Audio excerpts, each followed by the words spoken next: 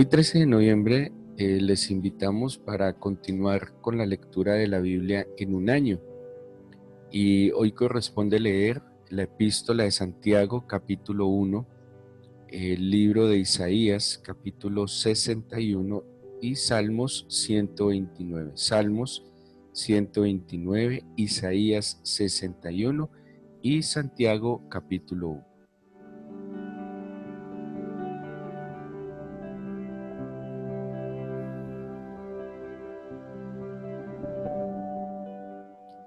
Les invito para que vayamos al libro de Isaías en el capítulo 61.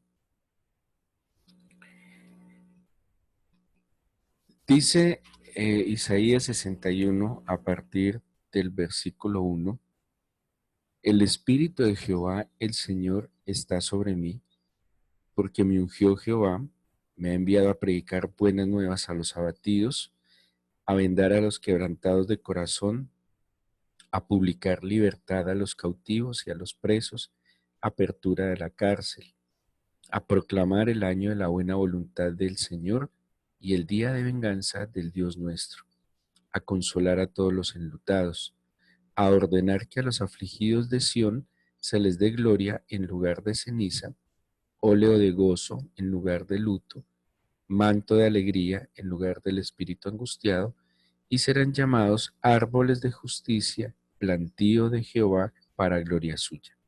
Reedificarán las ruinas antiguas y levantarán los asolamientos primeros, y restaurarán las ciudades arruinadas, los escombros de muchas generaciones. Y extranjeros apacentarán vuestras ovejas, y los extraños serán vuestros labradores y vuestros viñadores. Y vosotros seréis llamados sacerdotes de Jehová, ministros de nuestro Dios seréis llamados. Comeréis las riquezas de las naciones, y con su gloria seréis sublimes. En lugar de vuestra doble confusión y de vuestra deshonra, os alabarán en sus heredades, por lo cual en sus tierras poseerán doble honor y tendrán perpetuo gozo. Porque yo, Jehová, soy amante del derecho, aborrecedor del latrocinio para el holocausto, por tanto afirmaré en verdad su obra, y haré con ellos pacto perpetuo, y la descendencia de ellos será conocida entre las naciones, y sus renuevos en medio de los pueblos. Todos los que los vieren reconocerán que son linaje bendito del Señor. En gran manera me gozaré en Jehová, mi alma se alegrará en mi Dios, porque me vistió con vestiduras de salvación, me rodeó de manto de justicia, como a novio me atavió, y como a novia adornada con sus joyas. Porque toda la tierra produce su renuevo, y como el huerto hace brotar su semilla, así Jehová el Señor hará brotar justicia y alabanza delante de todas las naciones. Bueno, este capítulo 61 que en estas promesas de salvación va a continuar hasta el capítulo 62.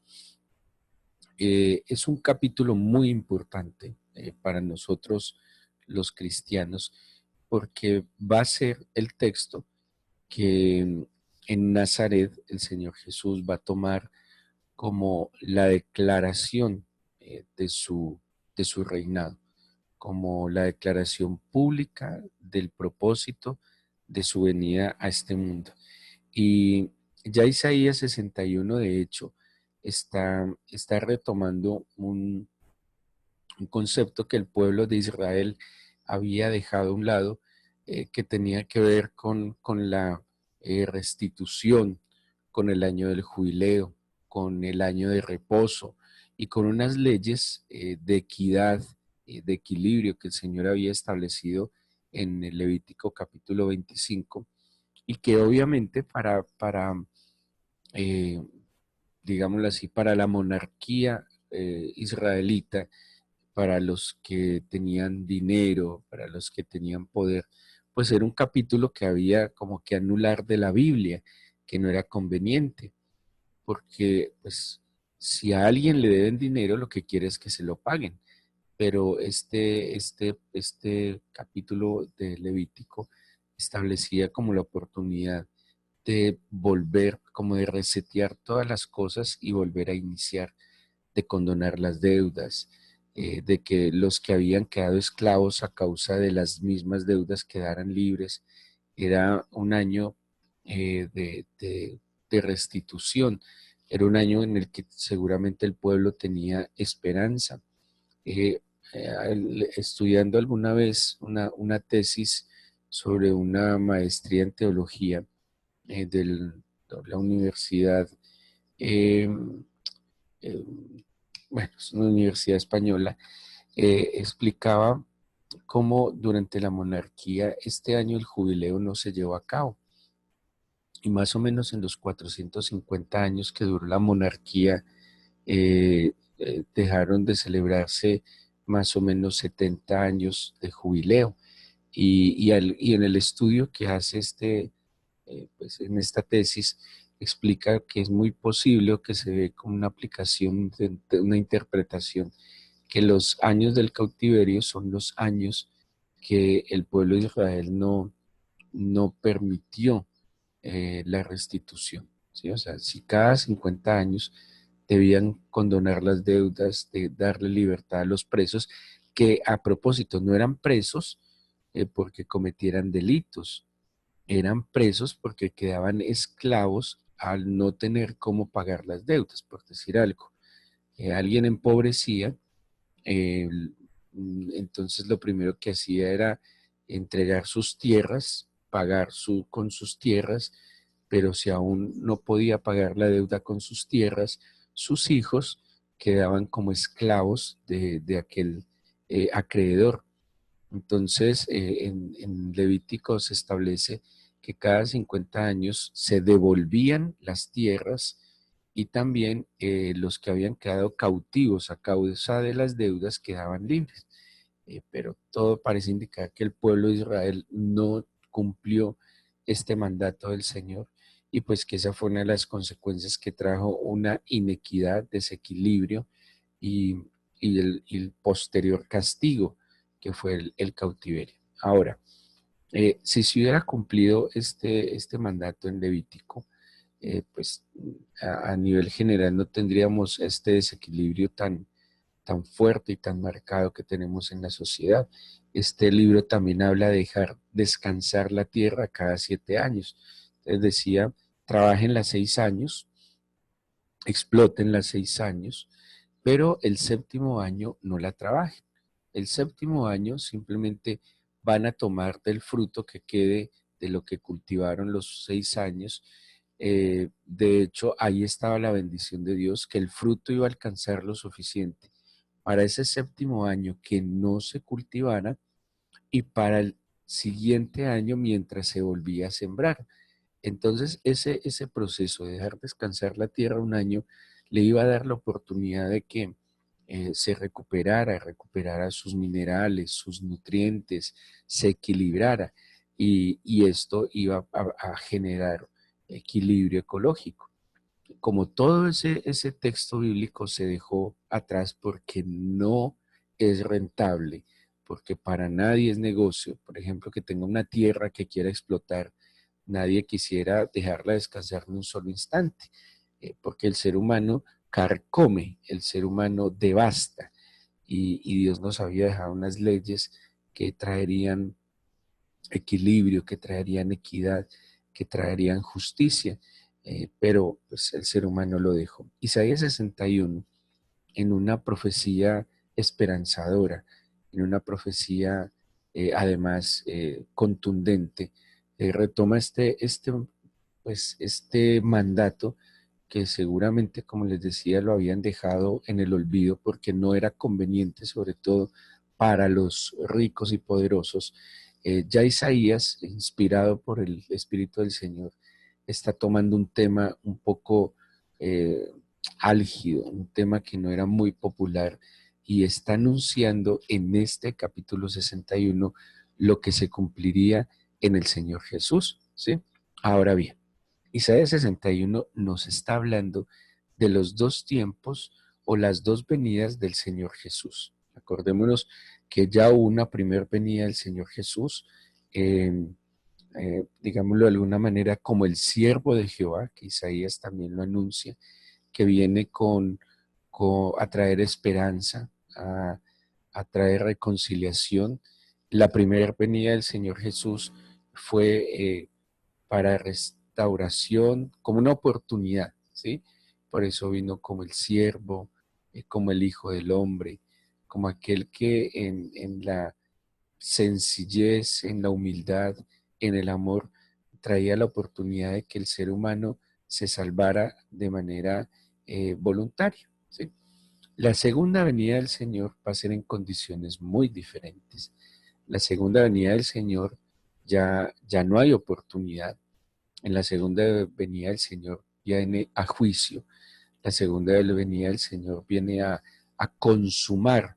eh, Todo el escrito está. Isaías 61 nos plantea ambas venidas, ¿sí? Y ahorita cuando lo analicemos con Lucas, lo vamos a entender claramente. Entonces, Isaías 61, por eso habla y los judíos todavía no aceptan que Jesús sea el Mesías, porque ellos consideran que la era mesiánica no se ha cumplido, porque ellos no tienen presente dos venidas del Señor, sino una sola. Y como en su primer venida no se cumplió todo lo que ellos esperan como la era mesiánica, pues simplemente descartan y dicen el Mesías no ha venido.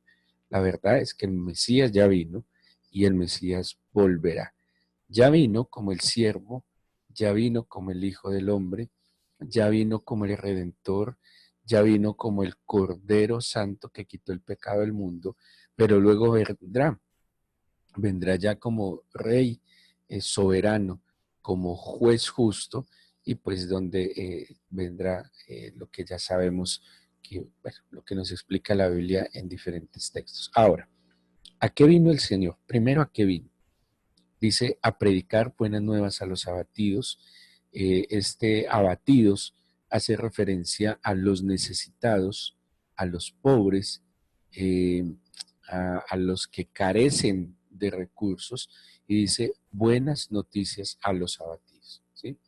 ¿Cuáles son las buenas? Bueno, además pónganle cuidado a esta expresión, buenas noticias. Seguramente aquí esta noticia, estas palabras vienen del hebreo, pero cuando estas palabras se usan en el Nuevo Testamento en el griego, de aquí viene la palabra evangelio, porque evangelio es buenas noticias, viene de que es bueno, de angelus, que es un mensaje, o sea que estas buenas noticias, buenas nuevas, aquí en Isaías 61, 800 años antes de la venida del Señor Jesús, se está planteando como las buenas noticias que trae el Señor, buenas noticias que trae el Señor a su pueblo.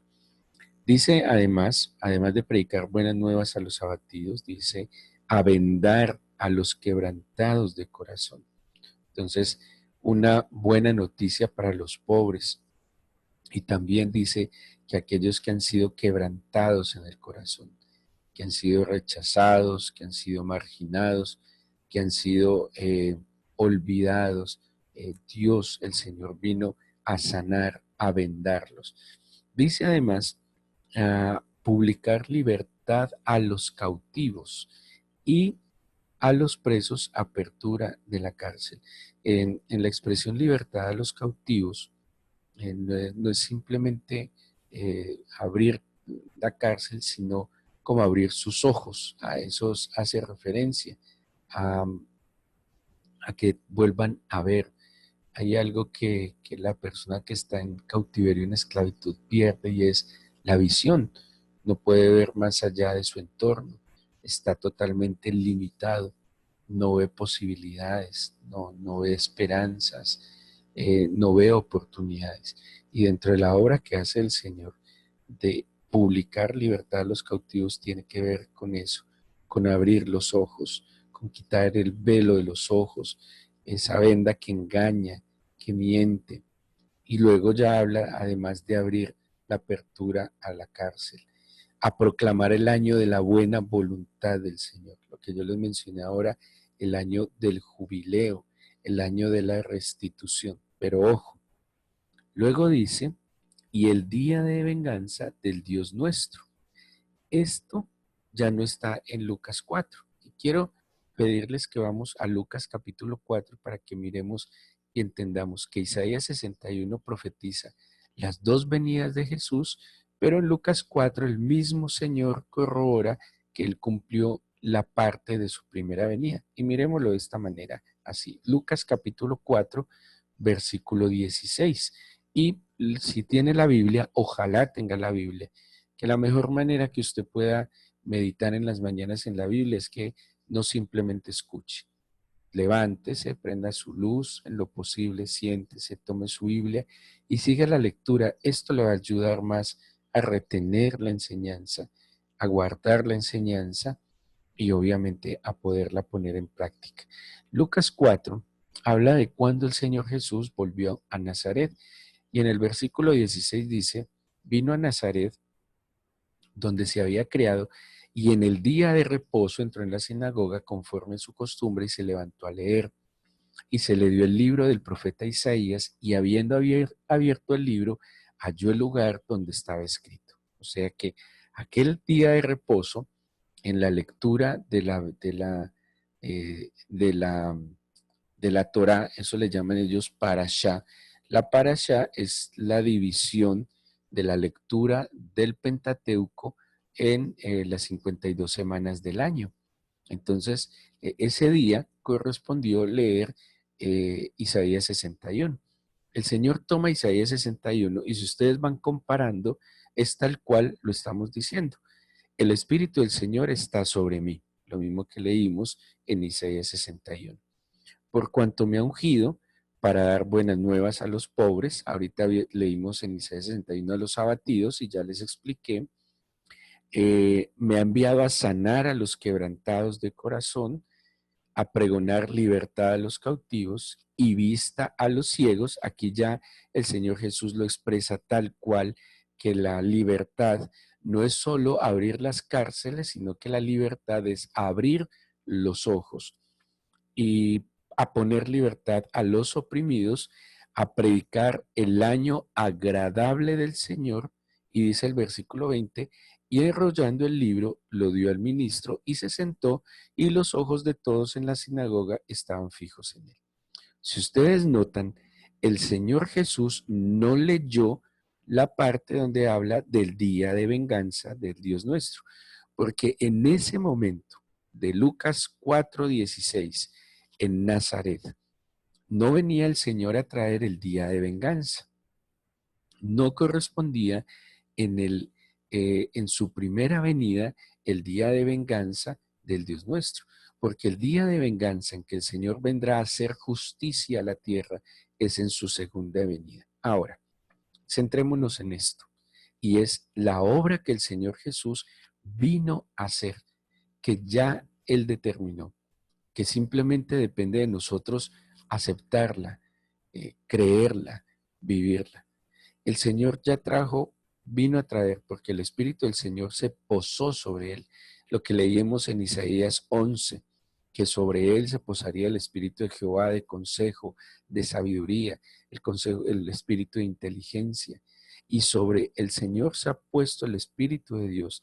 Y ese Espíritu ha sido puesto para darnos buenas nuevas. En aquel entonces había una pobreza extrema. Los pobres, como les decía, además de tener necesidades materiales, habían visto cómo sus familias eran, podría decir, destruidas, divididas a causa de la misma esclavitud. Sus hijos eran esclavos de otros. Y que el Señor viniera a traer una buena nueva de esperanza, un reino justo, que el Señor viniera a manifestar, que traería una justicia que empezaría desde el espíritu y desde el corazón, que no era simplemente que las condiciones mejoraran, sino que la relación con el Señor podría mejorar. Y que fruto de que esa relación con el Señor se enraizara, se profundizara, íbamos entonces a ver y a experimentar sanidad al quebrantamiento de corazón. Cuando Jesús llega a la vida de una persona, Jesús sana todo quebranto del corazón, heridas del pasado, heridas que deja también el pecado. Es que el pecado deja marcas en el corazón y en el alma. Y cuando el Espíritu del Señor ungió a Jesús y Dios nos donó su Santo Espíritu, nosotros en la relación personal, constante y permanente con Jesucristo, hemos de experimentar la sanidad de los quebrantos de corazón. No hay manera de olvidar lo que nos hicieron. No hay manera de olvidar las situaciones que vivimos. Pero cuando vamos a pensar en ellas y a recordarlas, las miraremos, como dice Job, como aguas que pasaron, porque ya no habrá dolor, porque ya no habrá quebranto, porque el Señor Jesús vino a sanar ese quebranto. Pero ¿qué más dice? A pregonar libertad a los cautivos. O sea que en esta primera venida de Jesús, que fue hace más de 2000 años, el Señor trajo consigo libertad. Ya no somos esclavos. Dice eh, Pablo a los romanos, ya no somos esclavos, somos hijos de Dios, coherederos con Jesucristo. Ya no somos simples advenedizos y extranjeros, ahora somos hijos, digamos de alguna manera, eh, hermanos menores de nuestro Señor Jesucristo.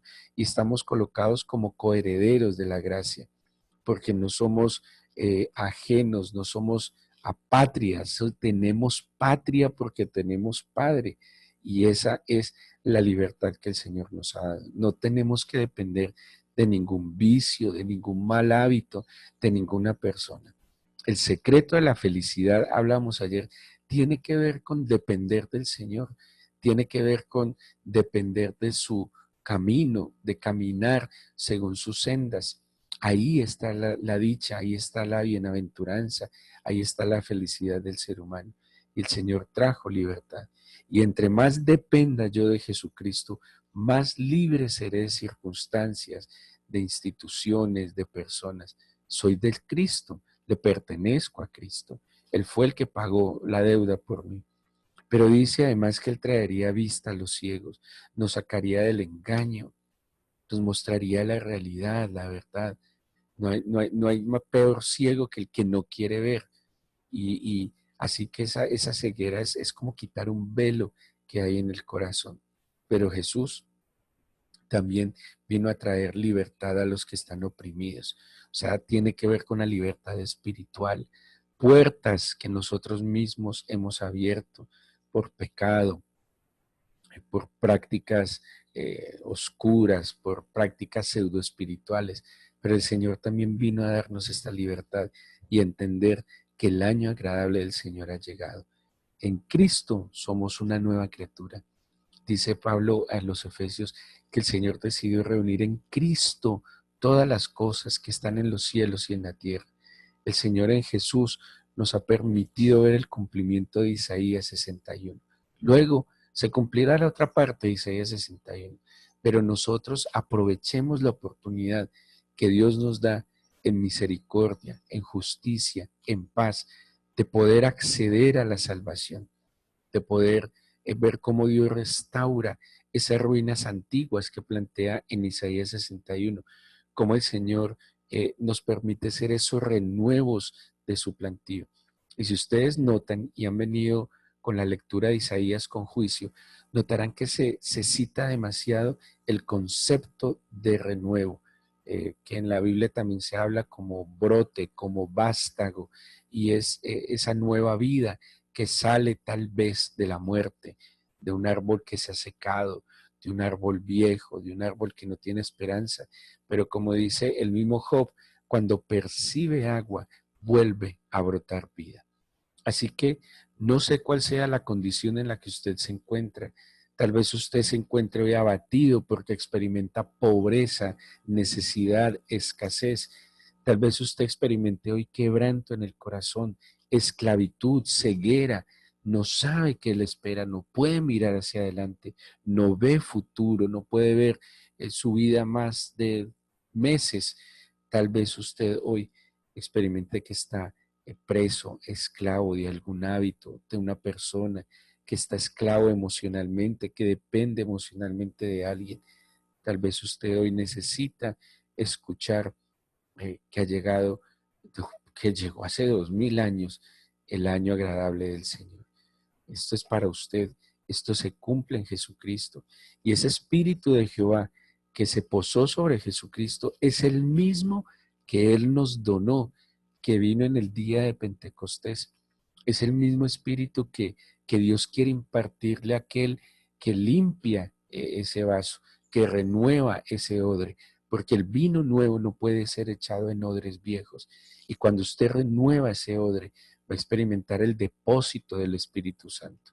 El Espíritu de Dios es santo. Y por tanto, la plenitud del Espíritu Santo no puede venir a un odre viejo, un odre que no quiere renovarse. Renuévese en el Señor, acepte esta obra que Jesucristo ya hizo, para que ese mismo Espíritu que se posó sobre Jesús se pose a plenitud sobre usted y usted experimente esto, todo esto, esta nueva vida, esta libertad, esta nueva capacidad de amar, esta nueva capacidad de perdonar, esta capacidad de no pecar. Qué bueno experimentar el poder de Dios para no seguir sucumbiendo, para no seguir cayendo ante cualquier tentación. Que usted tenga el poder de Dios para sobreponerse ante la adversidad, la dificultad y la tentación. Démosle gracias al Señor por estar con nosotros. Démosle gracias en este día porque Él está aquí. Cierre sus ojos.